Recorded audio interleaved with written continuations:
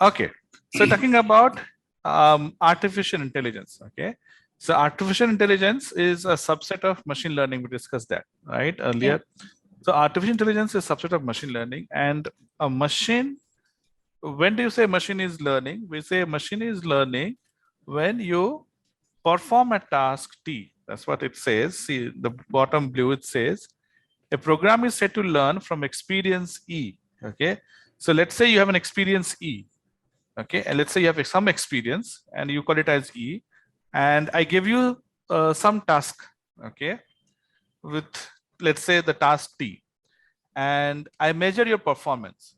Okay, so let's say your performance at given E with given experience, okay, on the task is T. Now, if I perform again after some time on same task is not changing, but your experience is changing, your performance should improve, isn't it?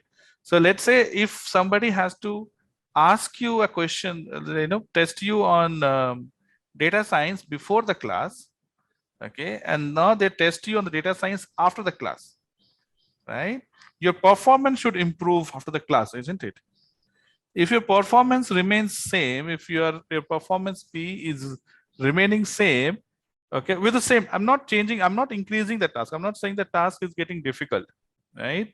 So task is same. I'm asking you the task same, but one, with some experience, and later your experience has increased. You have learned, your experience of machine learning has increased. You have learned machine learning for 3 months.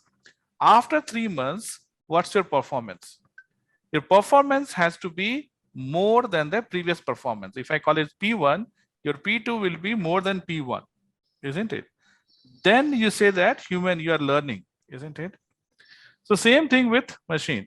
Now, the programs that we've been writing so far, all the programs that we've been writing so far, okay, whether you run that program now or later, right? If you say add two numbers or generate prime numbers, 100 years back also it was same answer, 100 years later also it will be same numbers. Your program is not going to improve with P. Then that is not called as machine learning.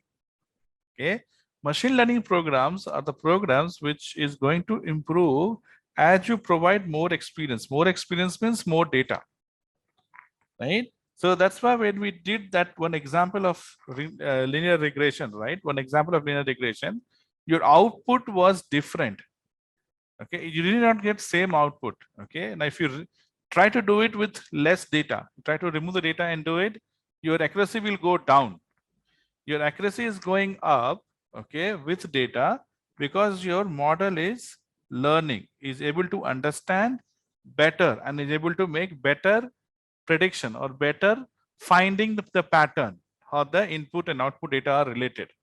So your performance on the test data is going to be better.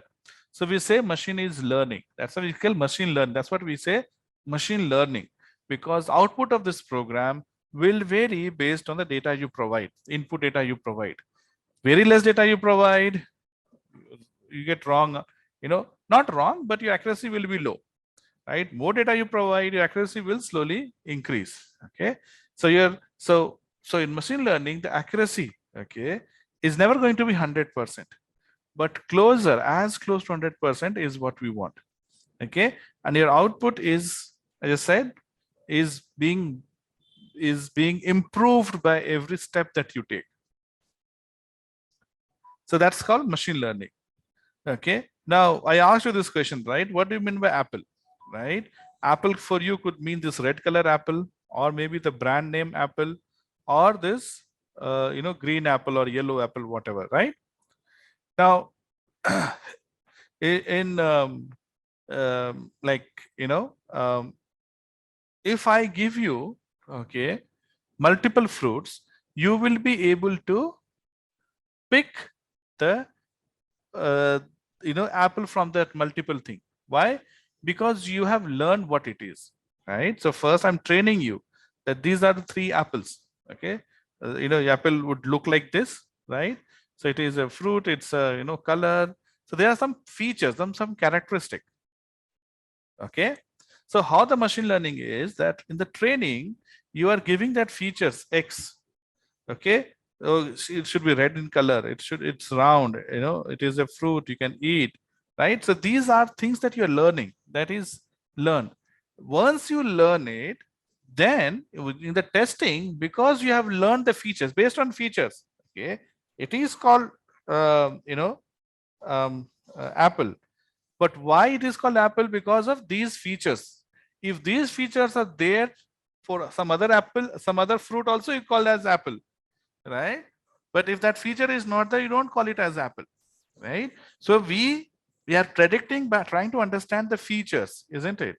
Okay, if you close your eyes and if I give you something to touch and tell me what it is, by touching you're trying to compare the features with something that you already know, right? And then you'll say, oh, this looks like a mango, or this looks like apple, right? Or not looks like, feels like. So this is how the learning process is. Okay, the when we do fit, right? um, and we are making it learn the model, okay, based on the input features, the x that we provide, that's your feature. So very much like human being, this is how we learn, right? When first time you saw a laptop, right, the second time, when you see, you'll be able to know that's a laptop, because this is how it is, this is portable, all those things, right? So we learn and then we try to, okay, predict the outcome based on what we already know. If you do not learn, right, if I give, let's say, if I teach you apple and I ask you mango in the exam, you will never ever be able to get it, correct? So this is what happens in data. If you train the data on something else, and if you ask some other output, your machine algorithm will not give you correct accuracy, it will give you bad accuracy. Okay, so okay, this is what happens. This is the machine learning step. First we train the model. So you have a machine learning model here, algorithm on the extreme right, but there are some steps that are performed before that. What are the steps? First is the input data.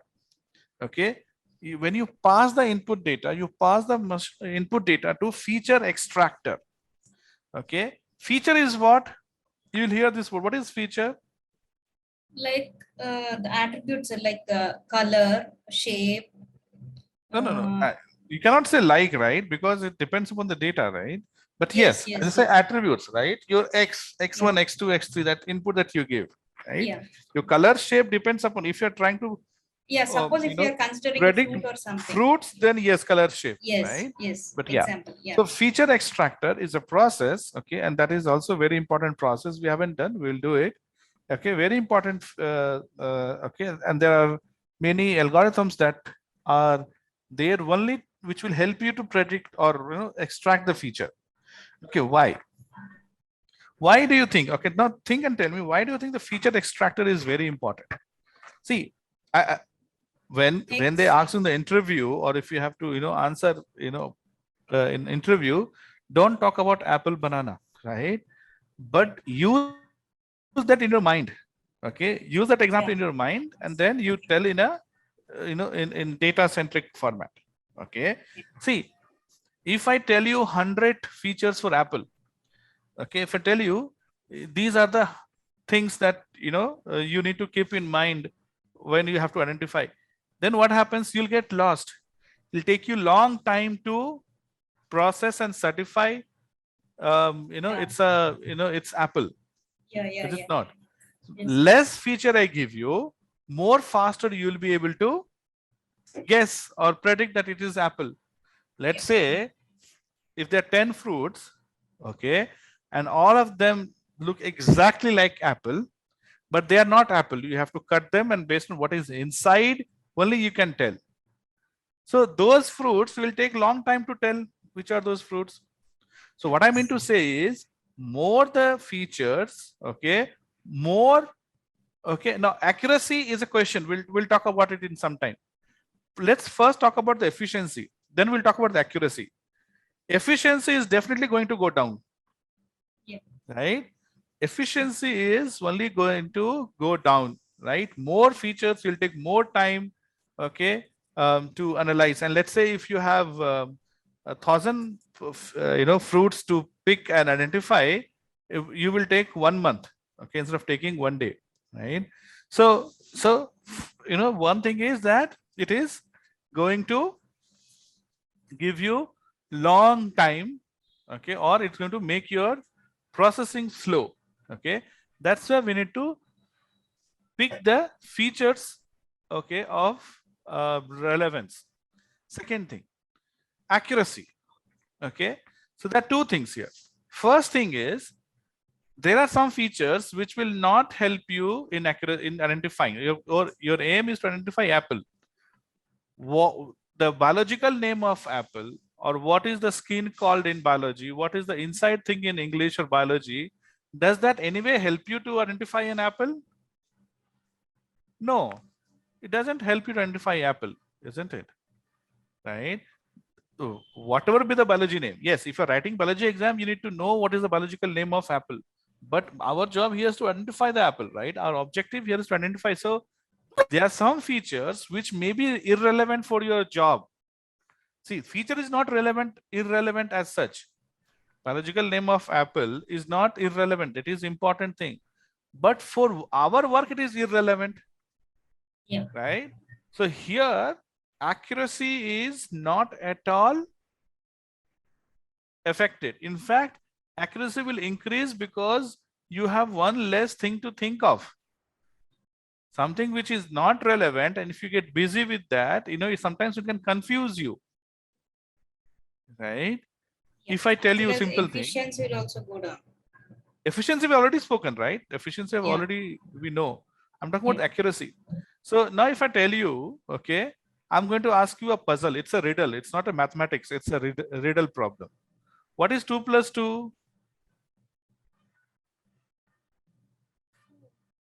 Now, see, your accuracy has gone down. You don't even know what is 2 plus 2. See, I gave you some extra information which is not required here. Here it is, I'm telling you it's a riddle, right? So what happened? Your mind started thinking about something else. It's not a 2 plus 2 is 4. What is there to think in that? So sometimes, okay, I'm just giving, see, keep this, don't answer like this in the interview, okay? This I is to make understand, you sir. understand the point to your mind so that, you can Yes. talk confidently with, these things in your mind. Here, what happens is you are started thinking something else. Sometimes irrelevant information will delay our process, our progress. Okay, 2 plus 2, you would have said it in a fraction of a second without thinking it's 4. But now for 5 seconds you could not answer. Your accuracy has gone down with extra information. So sometimes, yes, accuracy can go down. Second thing is, okay, now there are some there are some features which may not provide that impacts accuracy, okay, but it's not that important. It's not that important which can make or break kind of thing. Okay, for example, color. Even if you didn't know that apples are also green in color, when you see green apple, let's say for the first time, you will still classify it as green apple only with some doubt. Instead of saying I am sure it is apple, you say looks like it is an apple. Correct? Yeah. Correct. Yes or no? For a minute, Yes, sir. let's assume that you don't know what is green apple is. But when you look at the green color apple for the first time, and you know what red apple is, you will say, I think it is an apple. So your accuracy has gone down. I accept. Earlier you were 100%. Now you are maybe 90%, 85%. But sometimes, accuracy versus efficiency, right? If it is taking 1 hour to predict that 100% that it is apple, and within 10 minutes you can predict with 90% accuracy, we prefer 90%. In business, see, in business things will never be 100% sure. Okay, when you are working in business, when you are trying to solve a business problem, you can never be sure. Tell me which which idea will guarantee you that it's a success, right? No, Facebook, the guy who developed Facebook, was he sure that Facebook would have become so big one day? No. So there's some ideas people bet, oh, this is a great idea, this will do it, and then that dies in 6 months. Some ideas, even the inventor was not sure it's a great idea, and it became great, right?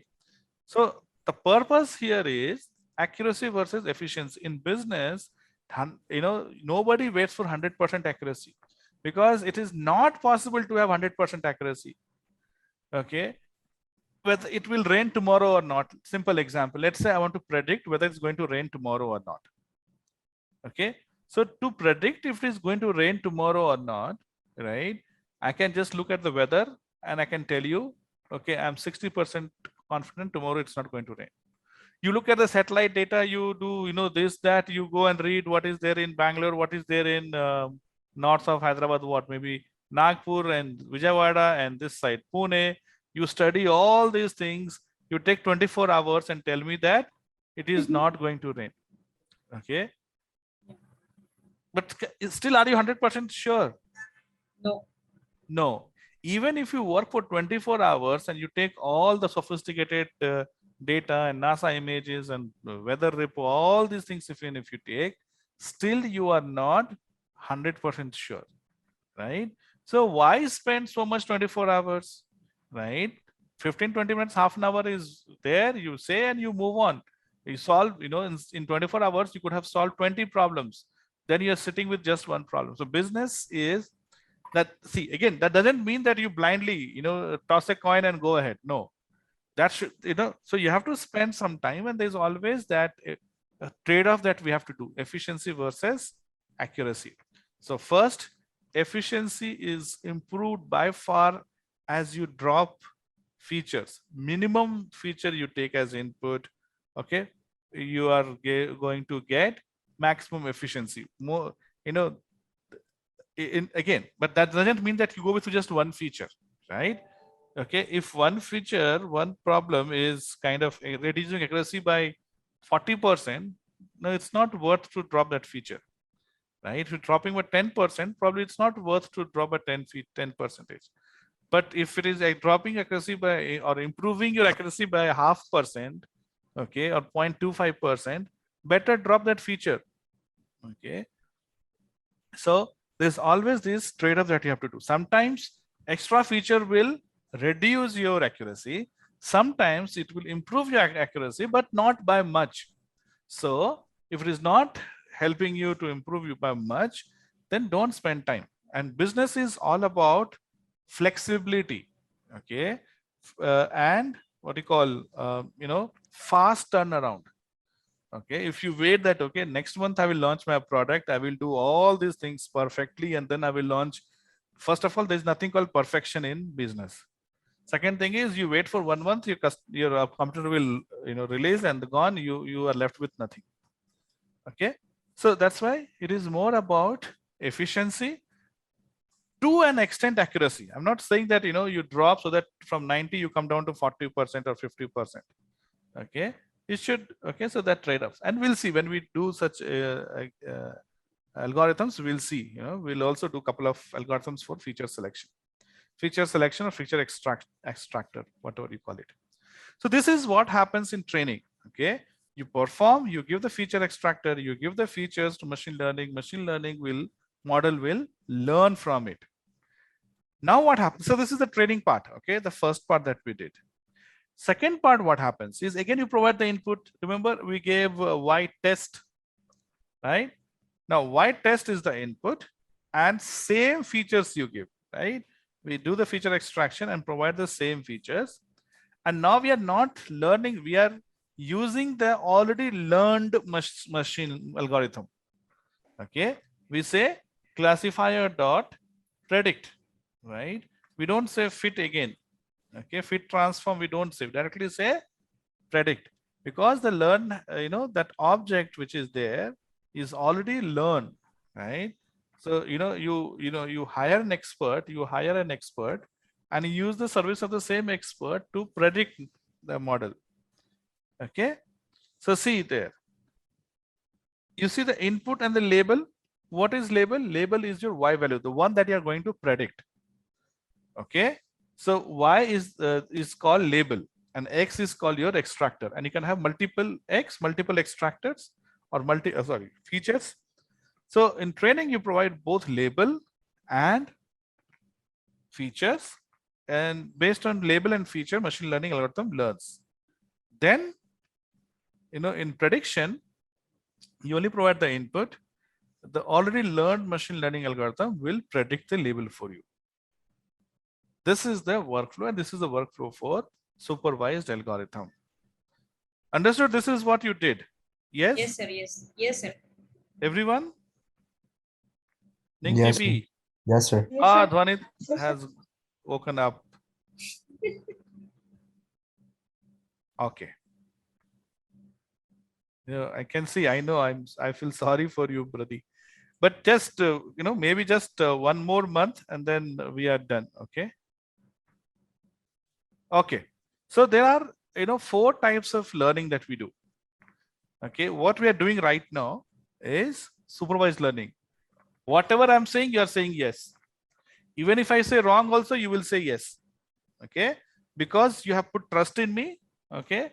And you follow whatever I say, right? That's called supervisor. You have a supervisor. Okay. So supervisor is like you have a data, the training data.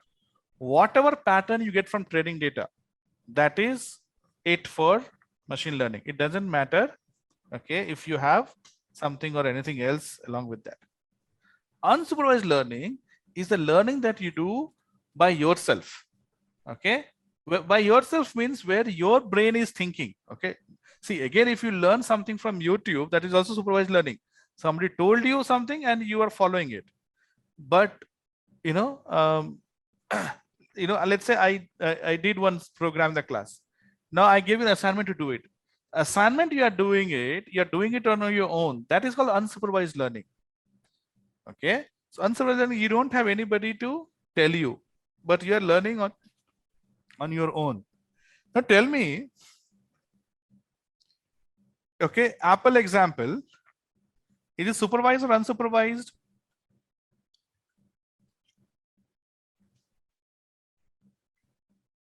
Supervised, sir. Supervised, because I told you this is green apple, this is red apple, this is logo.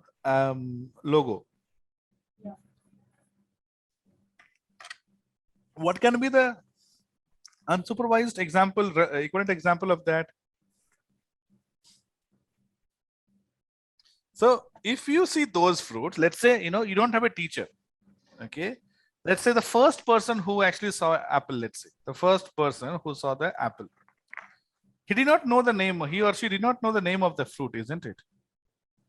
Okay, but Yeah. then that person said that, okay, all these fruits look like one, let's call it apple. Okay, so for us, apple is apple, but for that person, it was just a classification, that's just a group of name. Apple is a group in the name that they gave to that group. This is how you do unsupervised learning. Unsupervised learning, you don't need to know the exact name of the fruit. You can say number one, number two, X, Y, Z, A, B, anything you can call, right? So for us now, we have to learn it is apple, it is APPLE, but the first person would have named it apple, could have named anything, right? APA Yes. also they could have named it. So that's called unsupervised. Unsupervised learning, you do not have to worry about what is the label. You just need to know what groups they form. Since unsupervised learning, we will not have labels like yes, no, okay, spam or no spam. You will just need to know which group they belong to. For example, if I have to the Amazon product recommendation, they don't need to know which group you and me belongs to. What is the name of the group? What is important is which group we belong. What is the name of the group doesn't matter, right? Whether Amazon starts calling it A1, A2, A3 or A, B, C, D or whatever, doesn't really matter. You just need to know which group they belong to, right? So in unsupervised algorithm, you don't have anyone to tell you that this is apple, this is banana, this is mango, okay? But when you look at those fruits, you'll say, okay, these look like same. So I will call it as fruit one, F1. Or these look like same, so I'll call this as F2. Possible. That is called supervised learning, where we focus more on the group, not on the name. Okay. Supervised, we look at the name, automatically group is created. So that's why in unsupervised, it is only the categorical values are only the input. You cannot have fixed number like we do in regression. Okay, regression is possible only in supervised algorithm. Okay, where you come with one specific answer, one specific value. But in supervised, you have both number and group name you can do. But in unsupervised, we only look at the group. Okay, exact names, exact specification, exact value you won't be able to do. Then you have semi and weekly supervised, which is mix of supervised and unsupervised. Okay, that's a mix of supervised and unsupervised. Third or fourth, whatever you call it, is called reinforcement learning. Now, reinforcement learning is not included in our syllabus. It is totally different kind of game. Okay.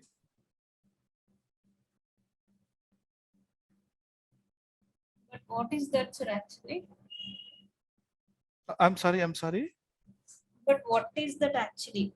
Fine, we will not cover, but what is the reinforcement? Yeah. I'm talking about it. Yeah. So reinforcement learning is more about, okay, learning by doing. Okay. Now, okay, here there is no prediction aspect as such. Okay. You say that, okay, let me do it and let me learn what happens. Correct? Okay. So sometimes, okay, okay, so let's say you are playing, you want to swim, for example, right? Or you want to play cricket, or you want to play any sports, for example. Now, you didn't know how will you perform well in that sport before playing it. Do you know?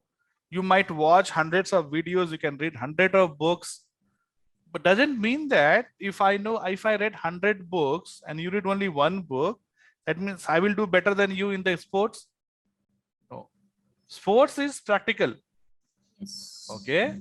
Even without reading any book on cricket, you can go and play well in the cricket match. First time when you go down.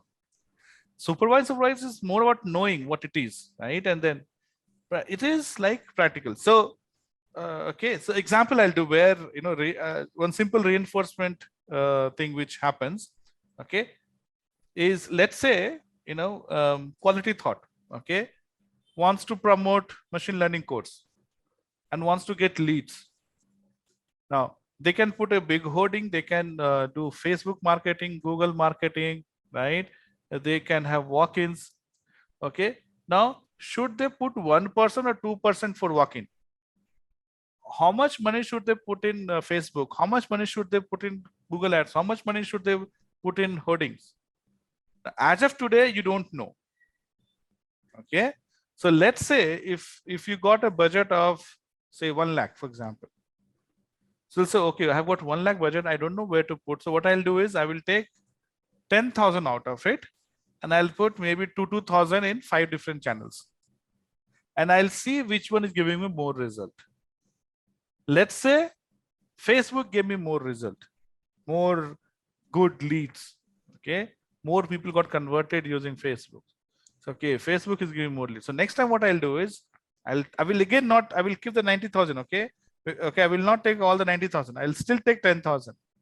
This time I'll put maybe 4,000 or 3,000 on Facebook. Or let's say 3,000 on Facebook. Yes. Okay. One that gave me very less lead. I will not make it 0. I'll give maybe 500 to that.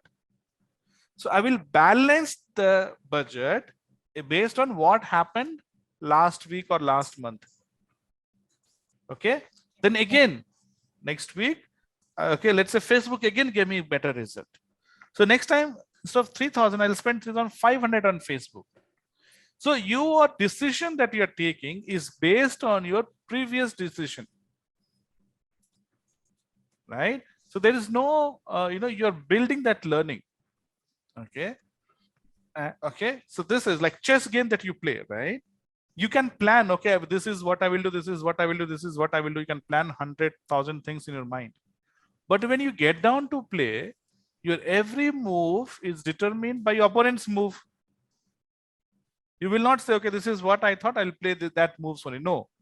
If the opposition, did something great, now you have to change your plan. So your every move is dependent on your opponent's move.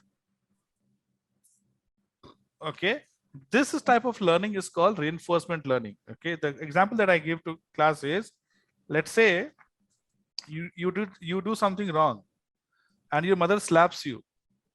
What does that mean? Don't do it Not again. be done next time. Yeah.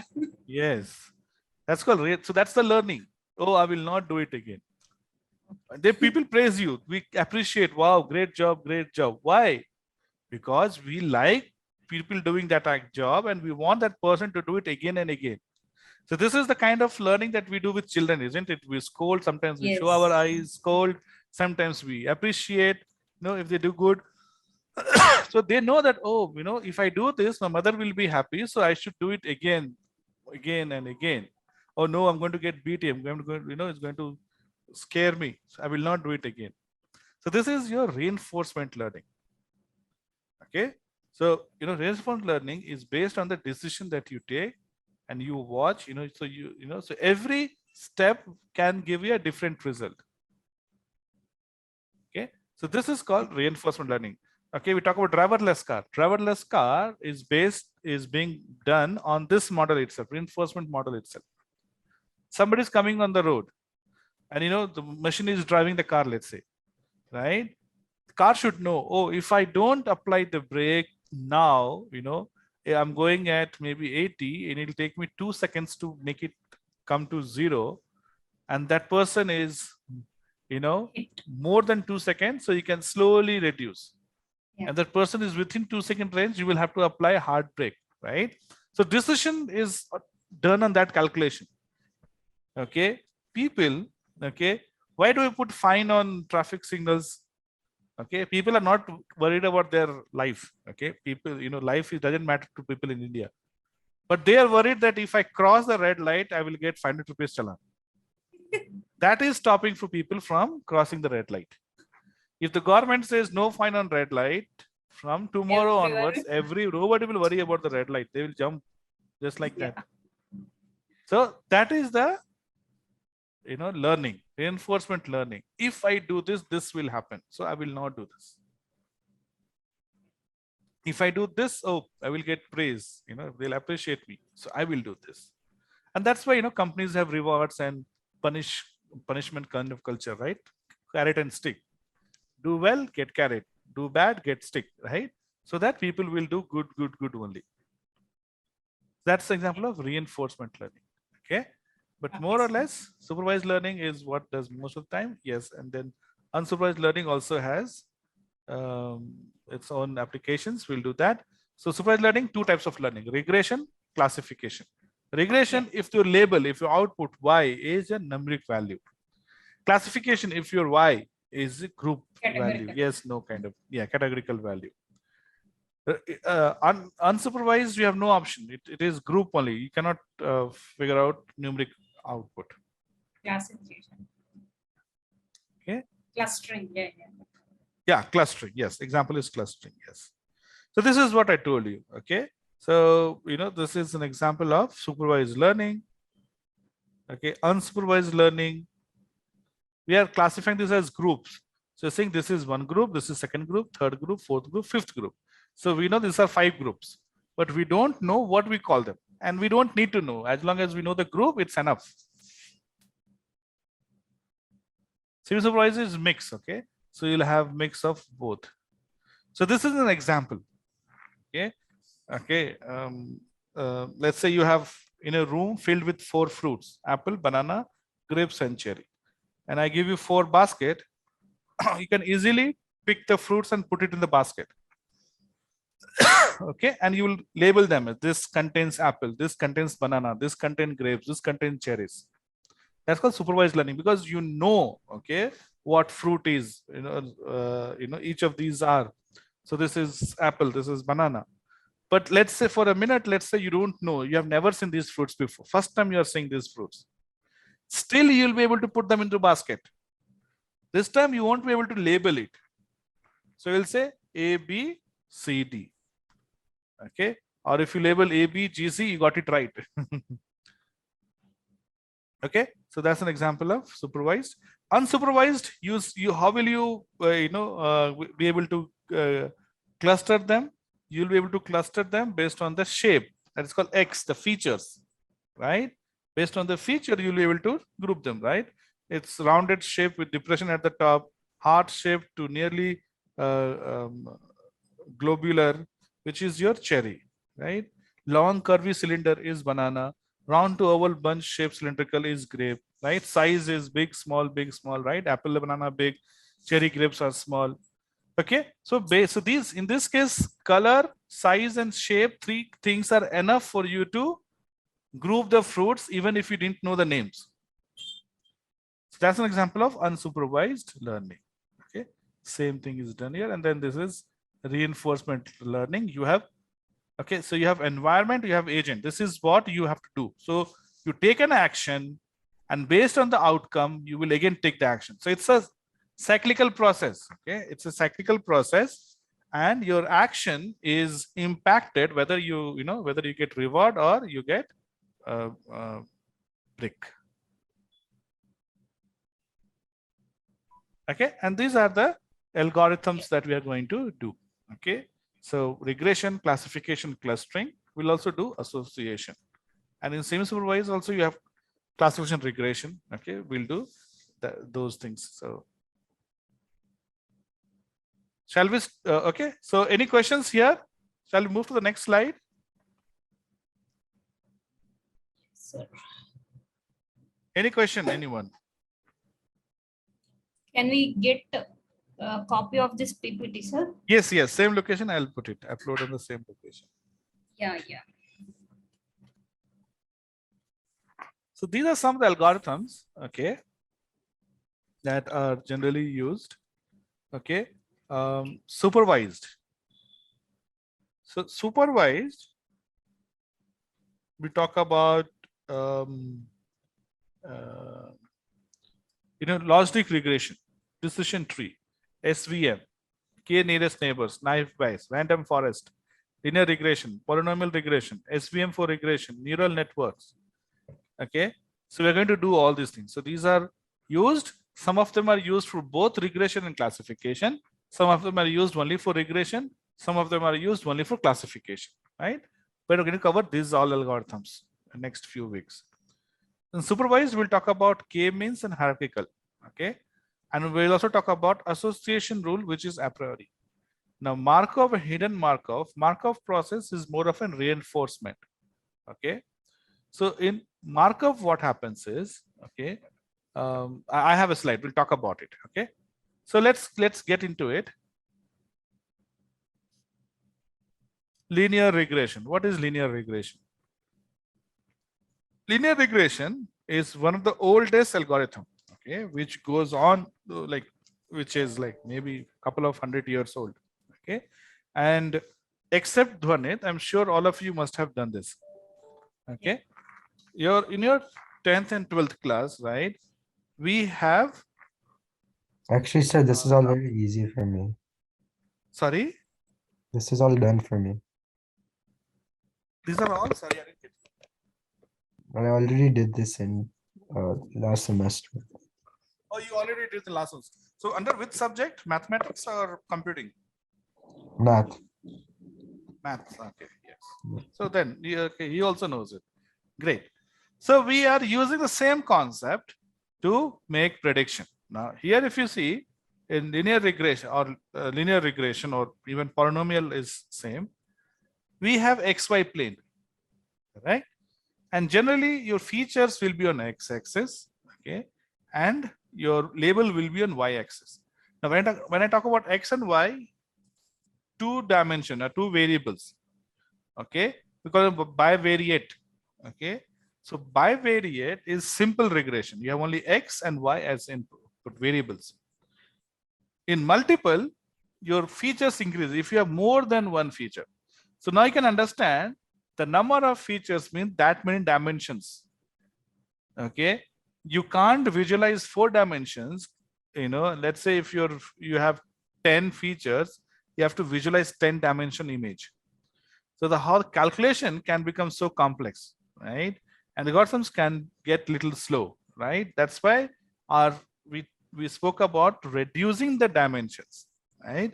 We speak about reducing the dimensions so that we are able to do it faster. Okay, so you have y equal to b0 b1 x.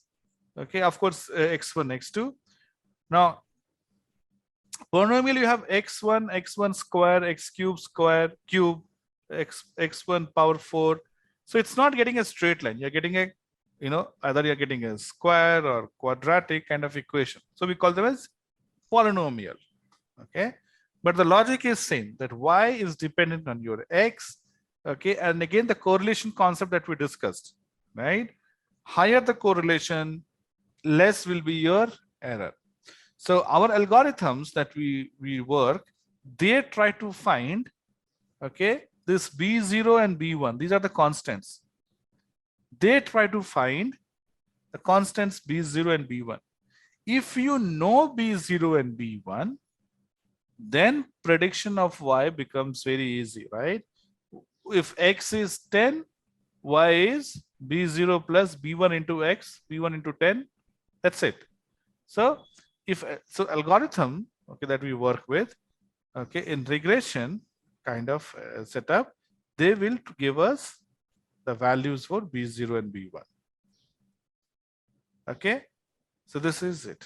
Now logistic regression is a concept of linear regression, but it is modified a little bit.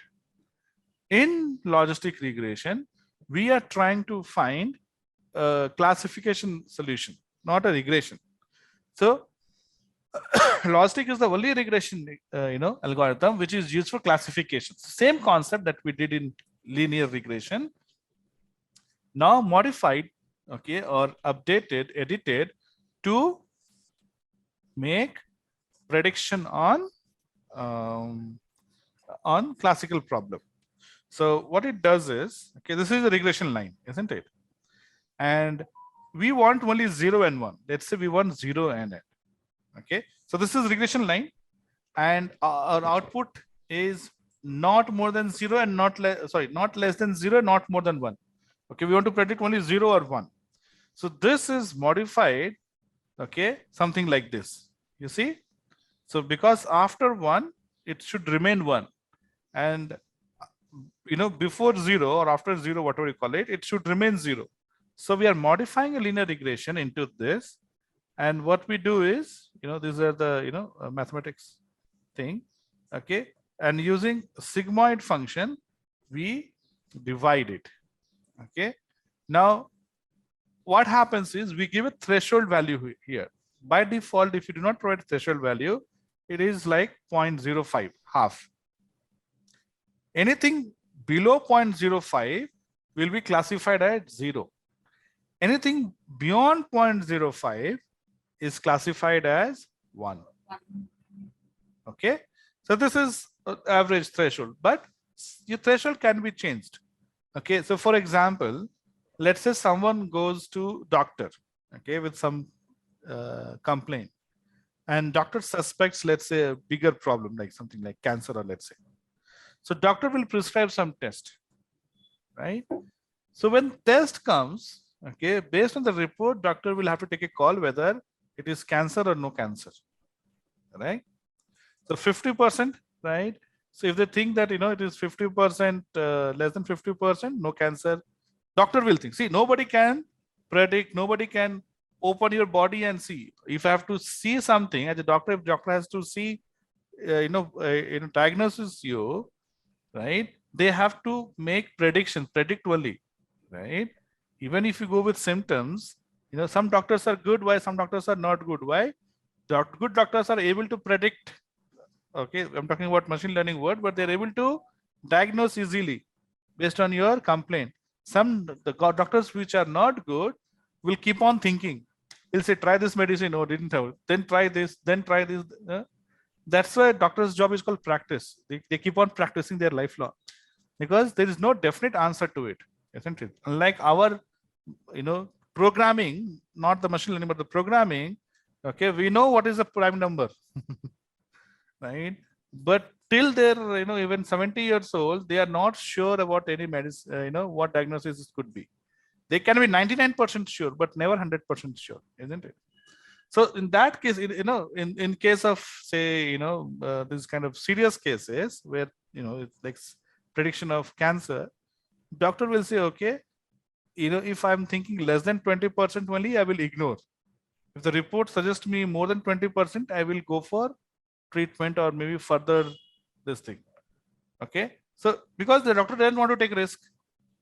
So typically 49% means that person should not have cancer, can go home. 51% means doctor might have cancer and start a treatment.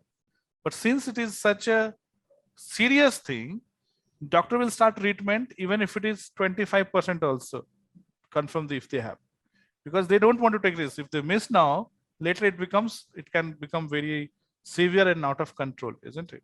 Yeah. So I'm just giving you this example so that you know the importance of threshold. Okay, typically we, mind is like 50%, 50%. Okay, but sometimes even if it is 30% also, we go and do it. Okay, because the stakes are so high. Stakes are so high that even if you, 30% also, you feel no, you should work for it. So that's the logistic regression, which is being converted into regression, which is being converted into classification problem. Okay, so logistic regression we use for classification. Next is called support vector machine.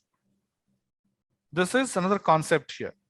Okay, a support vector machine is a concept which was designed for classification, but it can be used for regression also. How does it works for classification? Okay, so it works on the training data. It will plot just like your regression. It will plot the XY axis. Okay, and let's assume that we have only 2 dimensions. Okay, whatever I'm going to talk about is assuming that is a 2 dimension, and you can extrapolate it to 3 and 5 dimensions by imagination. So here you have 2 dimension. Okay, and in training set, because since you know the Y value, right? So this is training data. Okay, so there are some algorithms which are learned on the training data. Okay, there's some algorithms we'll see. Okay, doesn't care about training. So there's no need to tell them training or test. Doesn't matter for them. Okay, in this case, SVM, it matters. So you have to provide test and train. So when they take the training data, let's assume this yellow, sorry, not yellow, the dark blue and light blue. So your dark blue and light blue are the your labels. Okay, and XY axis is your features, and this is your label. Blue is, let's say, yes, and light blue is say no. Dark blue yes, light blue no. Okay, so let's say in this case we have age and salary. Okay, and you are talking about whether people who are the people who buys your product, and you felt that age and salary are the 2 important factors. So in X-axis we take age, on Y-axis we take salary. Okay, so age on X-axis, salary on Y-axis. So what does it mean? It means people who are young, salary on Y-axis, so up is salary, is young and high salary, they generally buy your product. You agreed? Yes, sir. Okay, Y-axis I have salary. So salary, if you go up, the salary is increasing. On X-axis, age is increasing on the right side. So people who are young and salary is high, they prefer your product. And people who are old and low salary, they definitely don't prefer your product.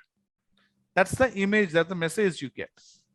So now, if I get a new customer, okay, whose salary is low and his age is very high, you can easily predict that person will not buy your product based on this thing. Okay, very young, very high salary, definitely they're going to buy your product. But somewhere in between, you're not sure, right? So you need machine learning algorithm to classify that problem as buy or no buy, dark blue or light blue.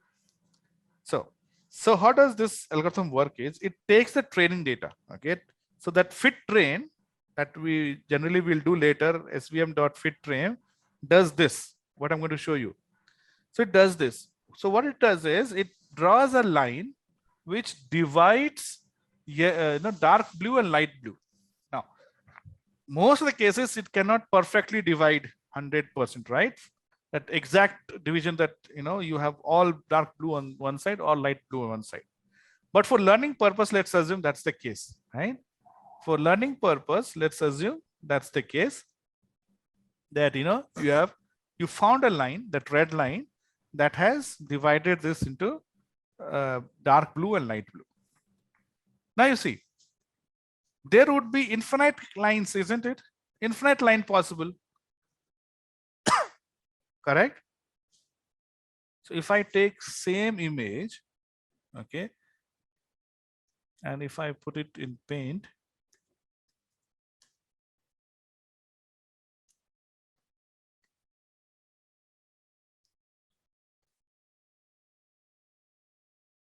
okay, so you have these are your dark blue lines and these are your light blue lines, correct? This is also light blue, okay, and this is dark blue. So here you have empty spaces, so you can draw infinite number of lines, correct? One line will be like this, one line will be like this, right? And between these two you can have infinite number of lines. How does, okay, SVM? So whole logic is about finding this line. That's what SVM does. If it finds this line, I'm telling you about the classification, right? If it finds this perfect line, and we'll talk about later how it does, then if you introduce a new value in the training data, so this model is saved in that SVM object. SVM.fit transform will save this image in its memory. And now when you keep giving this training data, test data, right? Okay, age 30, salary 5 lakhs, age 20, salary 2 lakhs, okay? It will plot on this graph. And if it falls on the, above this, you classify as dark blue, below this light blue. Okay, so the amount of time it takes to find this line is what the whole logic is about. But once you find this plane or line, or depending upon, right, if it's 2 dimensions, a line, but if you talk about 3 or 5 dimensions, becomes a plane kind of thing, okay, multi-dimensional thing. So this will, once you find this division, now it becomes very easy, right? It becomes very easy to classify a new value into dark blue or light blue. Yes or no? Will buy or not buy? You agree? Yes, no? Yes, sir. Yes, sir. Okay. So the whole idea is about finding out this. Okay. Once it is done, then whatever you give 1 or 1,000 points, it will just take and start plotting. I'll tell you, oh, this is dark blue, this is light blue, light blue, light blue, dark blue. Okay. It can quickly, very quickly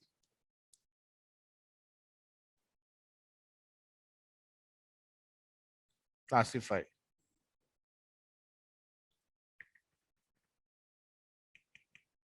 Okay.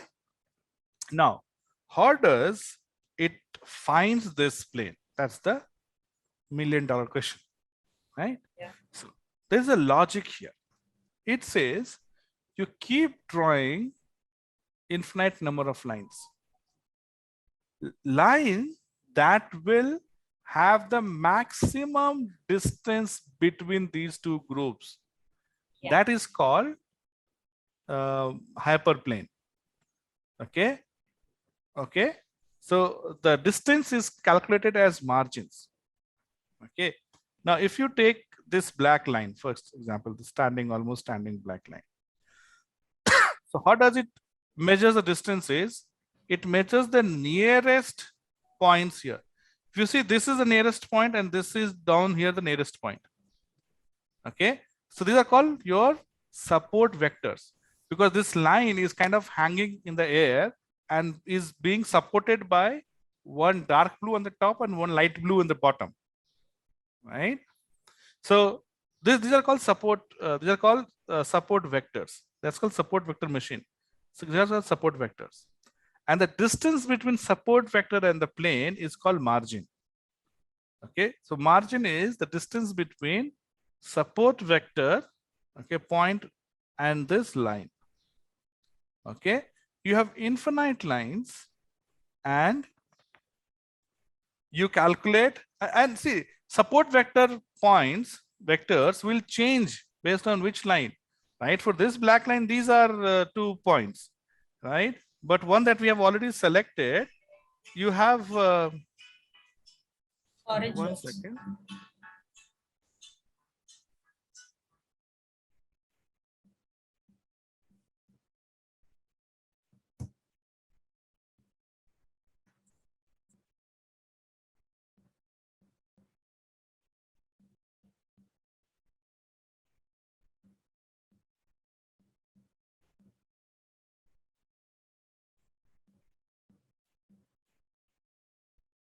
Sorry. So the support vector will change based on the hyperplane. And the one that has the biggest margin out of the infinite lines, we select as this. Now the question is, okay, how do you find the line among the infinite line? When you say infinite line, it means forever, right? You have to keep on calculating forever. How did you find, the values of margins of all the infinite lines? And same thing happens in the regression also. In regression also, we talk about a line, right? Infinite lines are possible, okay, between the given lines. See, if all the points are in same line, only then you have one line possible. Okay, if all points are not in same line, then how do you find the regression line? You have infinite number of lines which will pass between all the points. How do you find the line which will have the equidistance from all the points? That's what the regression line is, isn't it? So in both the cases, it is all about finding the one line from the infinite line. How it is done is, okay, now, okay, so we played, let's say, we have played this game in the class, right? Where you have to guess the number, correct? So what we did was, generally when we play this, so it's like this, answer is between 1 and 100 and you don't know what is the answer. So first what we do is we say, is it 50? Middle, Is it yeah, 70? Right? We try to find we don't say, is it 1, is it 2, is it 3, is it 4? We don't say like that, isn't it? We first try to see the range. Yeah. Okay, first it's big range, 1 to 100. Then I say 50 because I want to bring the range to half. Yeah. Then you say more. Then you say 75. As you keep on nearing the approach, as you keep on approaching the solution, you are trying to narrow down the range, right? And this is what regression or SVM does. Okay, first, these are the possible values, right? They will create one line. And the next line will be a little farther, maybe 1 centimeter away from here. No, the area is not increasing. Okay, then slowly it starts doing that. And after some point it stops, right? Now see here, we that's why we said we'll take integer numbers in the game. What if you're allowed to take any number? 72.8925268. Can I guess it? Yes, I can still guess it, right? I have to slowly come out. Okay, so first you will say it is between 71 and 73 or 72 and 73, right? 72 point something. First I have to say, okay, it is 72 and 70. That's what first I have to arrive at. Then I have to go and arrive. So, so algorithm is trying to first find a farther range. Slowly it is, okay, answer is somewhere here. Then slowly narrow down the range. And it's up to you at what level you want to stop. Okay, how much error is acceptable for you, right? As you go closer and closer, you will be able to get to the solution. So it finds that line which gives the maximum divide, which divides the group by maximum distance. Okay, so that logic it is. You will talk about it also in the end when we're done with regression. Okay, there are a couple of examples, a couple of other algorithms also. So we'll talk about it and when we'll discuss this concept. So it tries to identify the line. Okay, and then once it knows it's fixed, you can't change it until you run the model again. Until every fit and transform will do the same thing. Then dot predict is simple. Dot predict is very fast in this case. You take the data, you put it, and you see whether it is below or above. If it is above, you will say yes, he will buy. If it is below, you will say no, it will not buy. Yes? Yes, Do you sir. understand SVM? Yeah, yes, sir. Okay. So so this is what it does in terms of classification, right? For regression, what it does is concept remains same, but it tries to find the support vectors are the farthest point. Okay, not the nearest point. Okay, in regression, you're trying to take the whole group together. So you're trying to find the farthest point, and one that has the lowest margin becomes the hyperplane in that case. So you look at, if I draw a line, where is my, farthest blue line? Where is my farthest light blue line? Farthest light dark blue line point and farthest light blue point. Okay, once you find this plane, okay, then of course you find the half of that will be your prediction line. Okay, so again, SVM and regression both are line, least square method and line based technique. Okay, so this is what, and of course there are different types. Okay, so what if data lies as a circle? So when you say this line, right, I'm talking about line. Okay, but SVM, you can use any plane for that matter, any curve, any mathematical equation you can use. You can use x square plus y square. X square plus y square is what? What is x square plus y square? Parabola. Circle, equation of a circle. Equal to R square, yes, sir. Yes. So your the curve can be anything between mx plus c. Then in that case, mx plus, when you're using mx plus c or b0 b1 x, it is same as your linear regression. You will get same answer as your linear regression. Okay, but beauty is we have algorithm where you can change the curve. You can tilt the curve, and you can tilt so much that it can become circle also, right? So any plane, that's why we call hyperplane. We don't say line. Okay, it could be anything. Okay, it can be a curve. Okay, any curve. So any mathematical equation. End of the day, we want the equation only. In regression, we got mx plus c. Here you might get something else, but you want equations so that you can substitute the value and predict the answer. So we'll talk about three different types of. So there's one for linear regression, one SVM for which is same as polynomial, and one which is for any curve. Okay, so we'll talk about all three types of SVM. K nearest neighbors. K nearest neighbor is one of the easiest one to understand. Okay, easiest one to perform. And that's why we call the K nearest neighbor as a weak algorithm. Okay, SVM is strong algorithm. Okay, it can, it does everything possible to find the best solution. K nearest neighbors is a lazy algorithm. Lazy in the sense, if you give training data, it will not do anything. He said, let it be. I don't care about training data. It's like this.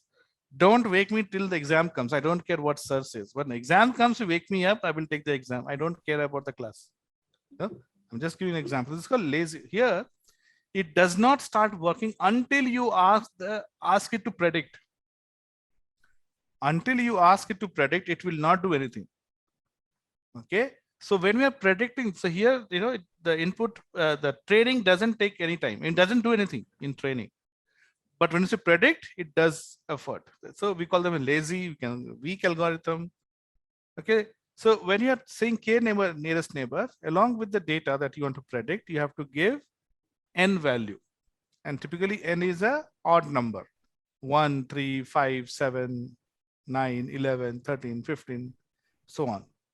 So if I say, okay, if I say n equal to 5, okay, that means you will be looking at 5 nearest neighbors. Okay, so let's say these are two different tribes. Okay, one tribe with the sword in hand, let's say these are dark blue or yes kind of thing. Another ones, they let's say they are light blue. Okay, now I got a new member, a new value that you got, age and salary. I want to predict whether this will be yes or no. Correct. Same thing we did in SVM also. So here we'll say, okay, no, I want to predict this, and the n is 5. So it will figure out the 5 nearest training data, 5 nearest training data, and then it'll start counting. Okay, so 5 nearest neighbor, 3 are dark blue, 2 are light blue. So you will say dark blue. We'll just count simply, and whichever has more value, you will say that is. So it is up to you whether you give 1. So if you say 1, it will find 1, right? But sometimes 1 can be misleading. But if you say 1, your algorithm will be much faster. You can say 2, then it will look for 2. But the problem with even numbers is that you can have same number of products, isn't it? Same could be like one dark blue and one light blue. In that case, you won't get value. That's why we give odd number of n. Okay, so maximum can be like 3, 2 or 2, 1, right? It will not be 2, 2 or 3, 3, isn't it? So we give this and simply look at the nearest neighbor, and it will tell you that, okay, since 3 are dark blue and 2 are light blue, so this is most probably be a blue. So this is very easy, right? It doesn't do a lot of these things. So we call them as weak algorithm. Okay. So when you have a weak algorithm, we have a different kind of discussion we'll do again later. When you have a weak algorithm, okay, then we have to make it strong. How do you make it strong? Okay. So when you have weak algorithm, we have a separate method to make it strong. Okay. So we run multiple times weak algorithm. We'll first run with 3, then with 5, then with 7, then with 9, 11, 13. Okay, and then maybe one time it's saying A, second time it's saying A, B, and then you to see the total count. Okay, which has the maximum count. A has a maximum count. You say it is A. So you are repeating same algorithm multiple times, and then you are trying to predict, right? So okay, this is called boosting. Boosting means, okay, now this is not called boosting, sorry. This is called ensembling. Okay, boosting is when you are using some different algorithm. Okay, so I will talk about again. Let's say you have one more algorithm. So first you're using, Sir, 1 second. yeah, Are we seeing the same slide for long, like x and y axis having wealth, riches, or treasure on x axis and yes, Yeah, okay. yeah. So k nearest neighbor, right? 5. So here example, the 5 nearest neighbor. So it's looking at 5 nearest tribe, and which one has maximum, you will classify that person as that one. Okay. So yes, so this is one algorithm. Then decision tree, another. This is again very important algorithm. Okay, decision tree is again considered as weak algorithm. Okay, but this is not lazy. See, lazy algorithms are that does not work on training. They work on test. They don't prepare for the exam, but when test comes, they'll start working. Okay, and your decision trees are your weak algorithm, but definitely not lazy algorithms. Okay, so what they do here, is you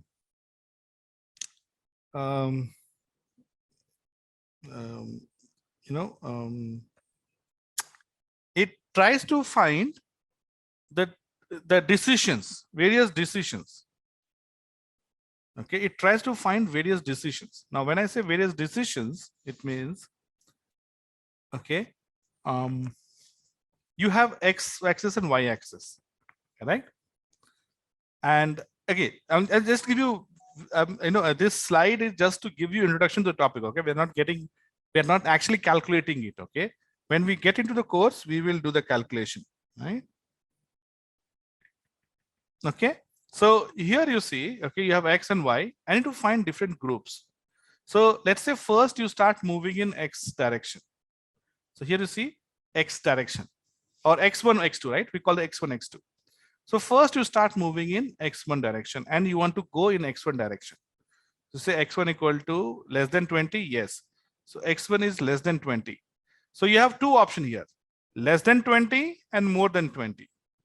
So okay, so on x1 you have reached as 20.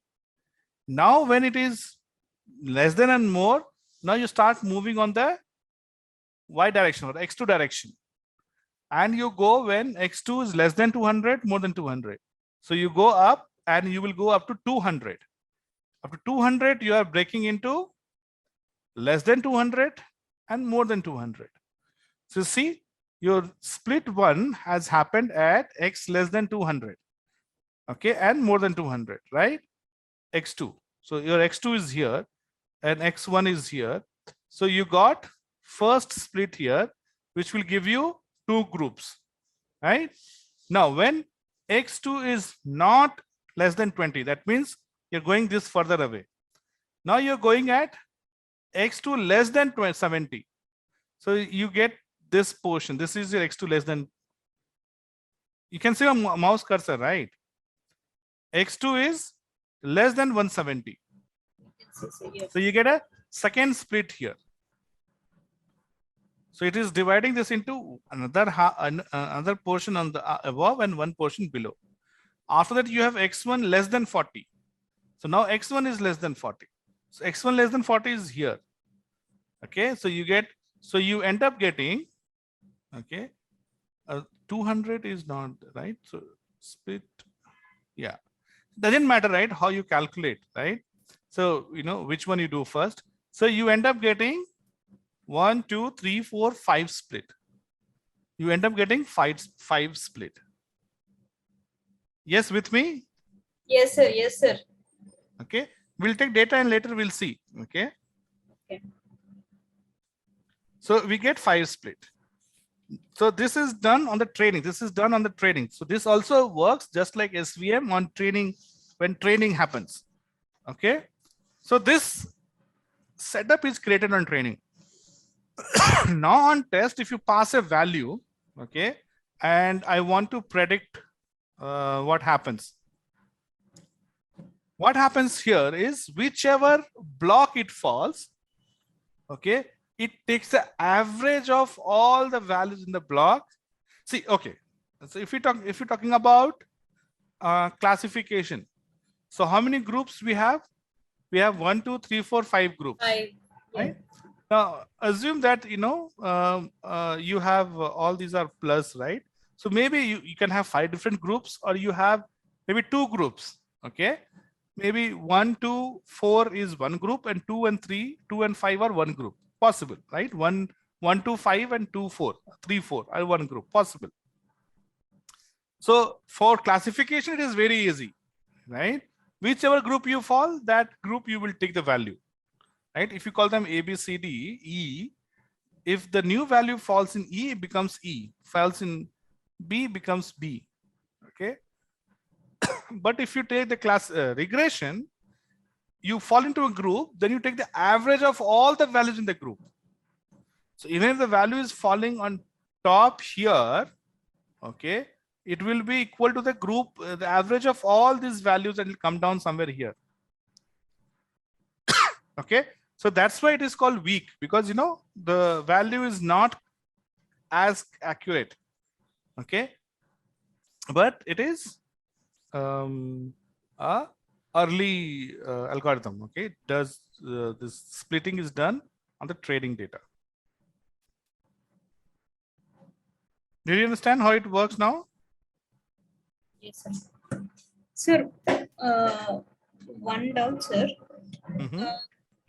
You are saying some are weak algorithms, some are like different, right? Mhm. When we know some are weak, where will we put them to use? Like when we No, it always, doesn't matter. It's the same. So why do you have to worry about it? It's all classification only. No. that's what, sir. Sir, like suppose I want to buy something, like I'll Huh. go for the best one, right? When I know there is certain See, defect, I I'll told not you go for before, it. right? I told you before that you have to run all the algorithm and see which one is working for you. For every data set, if algorithm will be different. Okay, okay, okay, You have to run every algorithm for every data set. okay. Like it depends on the data set we consider. It Yes. may be weak if we consider, if we compare just the algorithms, they may be strong and weak, but the strong one may not suit to our data, what we are Correct. selecting. Okay, No, understood, sir. don't say strong one. SVM may not suit to your data. Yeah, that's Some other what. strong one might suit, Yeah, I understood. Yes, sir. Yes, yes. Got it, sir. right? Okay. So Yes. it could be that that you work, that you have strong one which didn't work, and new the strong one did not work, weak one worked, or the other way also it possible. Okay. Yes.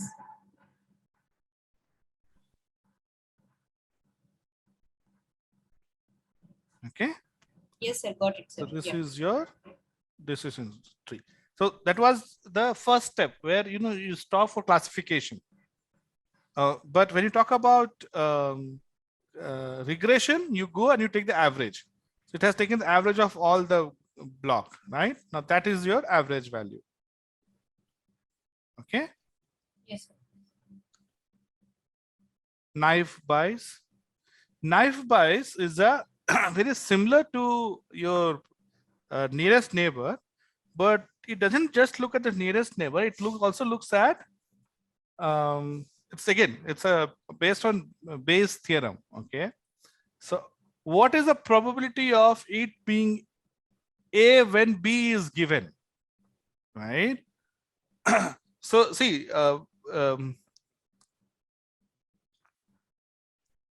let's say, okay, I'm thinking of an example, okay? I think we discussed this before, right? So let's say, what is, okay, so, there is a person expecting a baby, right? So what is the probability that person will have a girl child? 50%, 50%. half, Yeah. Yeah. Yeah. right? Yes, sir. So this is the standard answer when you don't have any condition. What is Yeah. the probability that I will, I can defeat or I can score more than Virat Kohli in a one-day match? What is the probability that I can score more than Virat Kohli in a one-day match? 50%. Yeah. Maybe or may not be. Yeah. No. Why? Maybe or may not be, right? 50%. Yes, sir. But now when you see the condition that Virat Kohli already plays for India and he practices every day, and I don't practice cricket every day, then you say, no. I mean, his Swapnil scoring will not be zero, but it will be close to zero, 0.00%. Yeah. Do you understand? So Yes, sir. here it is Yes. not about general probability, it is about specific probability. Now, if I tell you that, person has, one boy and one girl, the person has one boy and one girl. First child is boy.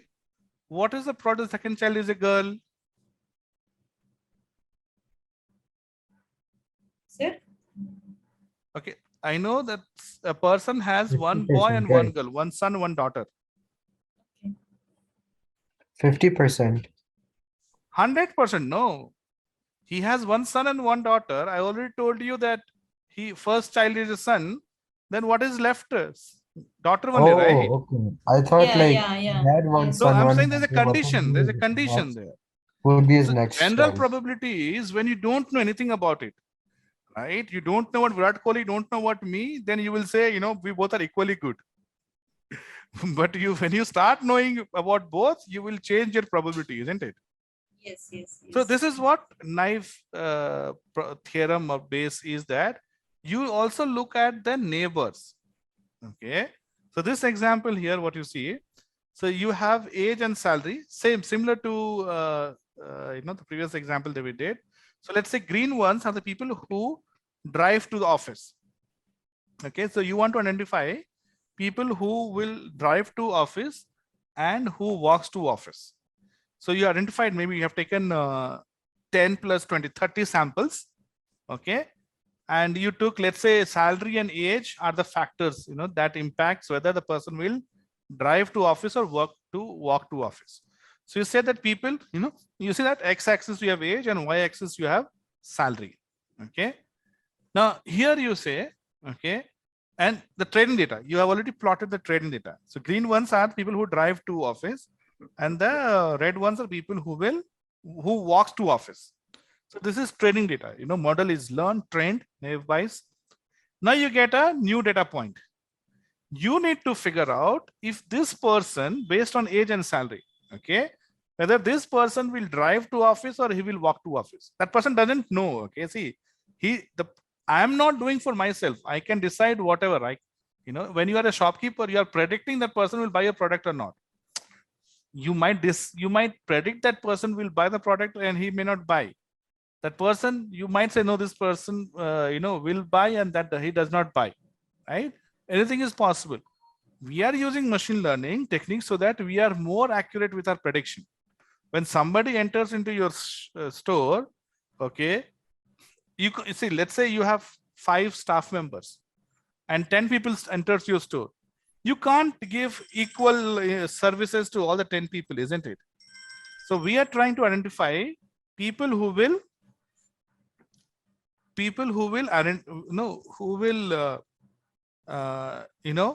buy or not buy. So the people who will buy, okay, who has more chances of buy, you will probably attend better, and and probably that sometimes happens when you go to a store, right?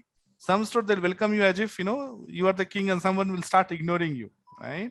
Because based on the prediction, they know that you are not going to buy the product.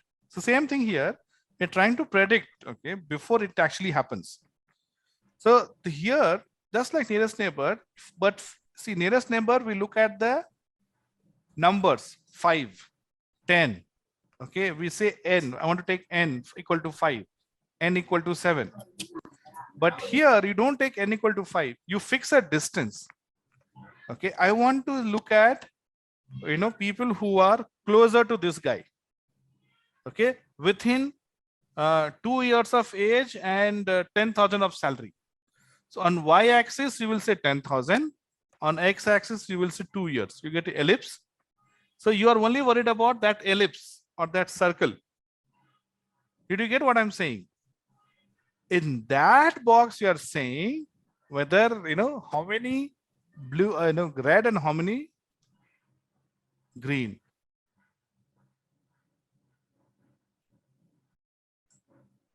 Okay.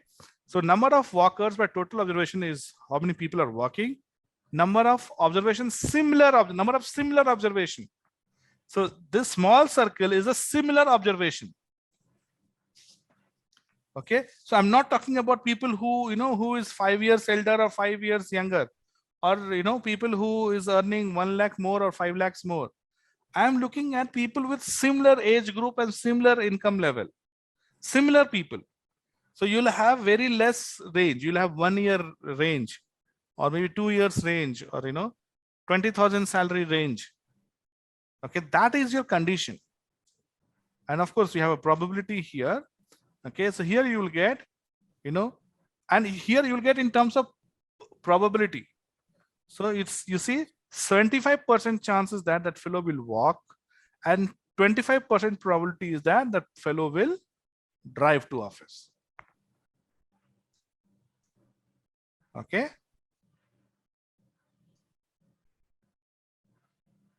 Yes. So Yes, what is the probability that person will walk to office? So P walks of X equal to Px of walk into P walks by P of X. This is your base theorem formula. The probability that person will drive, so drive by X, given that it's a X, given that, okay, the number of observation, which is this. So then people who drive into total people who drive by probability of X. Okay. So this is how you calculate, okay, the knife buys. The random forest is a technique to make, weak algorithm strong. So random forest, we know, right, how to do random, decision tree. What it says is you create multiple decision trees. You start X1 from different points. First you started with 20, then you start with 30, then you start with 70. You start with different points and create multiple decision trees. Average of averages will be your answer in random forest. Okay, so random forest is where you create 500 decision trees, 300 decision trees, 1000 decision trees, and you take average of 1000 decision trees, and that becomes your.